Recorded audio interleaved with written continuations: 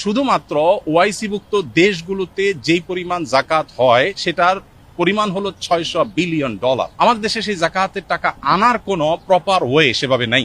গতকাল মূলত রাতে আমাকে মাননীয় প্রধানমন্ত্রীর পক্ষ থেকে আমন্ত্রণ জানানো হয়েছে যে জাকাত কিভাবে আরো ইফেক্টিভলি বন্টন করা যায়।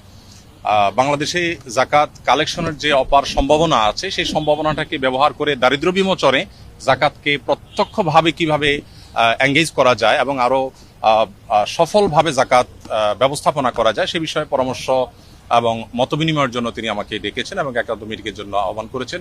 তো আমরা যেহেতু আপনারা জানেন আসুন্নাহ ফাউন্ডেশনের মাধ্যমে আমরা জাকাত নিয়ে কাজ করে থাকি বিগত 6-7 বছর যাবত, এবং শুধু গত 1 বছরের হিসেব অনুযায়ী আমাদের মাত্র 13 কোটি টাকা খরচ করে আমরা 2100 বেকার তরুণ তরুণীকে আমরা পৃথকভাবে স্কিল ডেভেলপমেন্টমূলক প্রশিক্ষণ দিয়ে তাদেরকে আমরা কর্মসংস্থানের ব্যবস্থা করে দিয়েছি।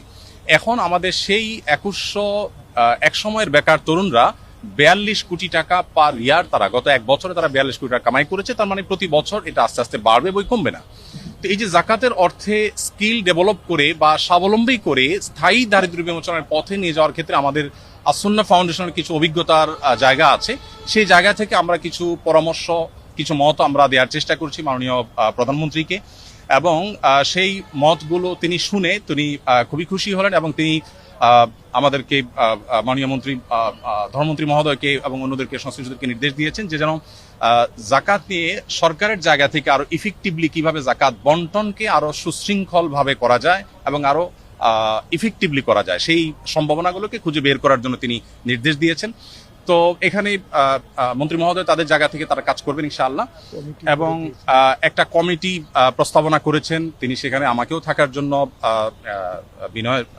নির্দেশ দিয়েছেন, অনুরোধ করেছেন।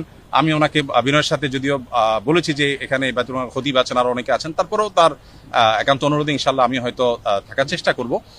দিন শেষে মূলত আমি আমার জায়গা থেকে যে প্রস্তাবনাটা দিয়েছি সেটা হলো যে এখন যেভাবে মানুষ যার যার মতো জাকাত দিচ্ছে এটা তো আছেই, এর পাশাপাশি চ্যারিটি প্রতিষ্ঠানগুলো যারা জাকাত কালেক্ট করছে তাদেরকে যদি একটা রেগুলেটরি জায়গা থেকে গভর্নমেন্ট যদি কিছু পলিসি করে দেয় এবং কে কতটা ইফেক্টিভলি কাজ করছে এটা একটা কম্পিটিশন যদি তৈরি করে দেয়, শুধুমাত্র ওআইসিভুক্ত দেশগুলোতে যেই পরিমাণ জাকাত হয় সেটার পরিমাণ হলো $600 বিলিয়ন, 45 লক্ষ কোটি টাকা পার ইয়ার শুধুমাত্র ওআইসিভুক্ত দেশগুলোতে জাকাত হয়।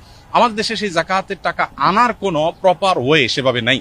তো আমরা প্রস্তাবনা দিয়েছি যে যদি সেটাকে আনার ব্যবস্থা করা হয় তাহলে আমাদের জাতীয় অর্থনীতিতে এটা ব্যাপক ভূমিকা রাখবে ইনশাআল্লাহ, এবং সেই সাথে দরিদ্রকে সাময়িক কিছু টাকা পয়সা দিয়ে তার দারিদ্র্য আসলে দূর করা যায় না, বরং তাকে আইদার স্কিল ডেভেলপ করে দেওয়া আর না হয় তাকে স্বাবলম্বী করার কোনো একটা প্রসেসে যাওয়া, যেটা আমরা আসুন্নাহ থেকে করছি।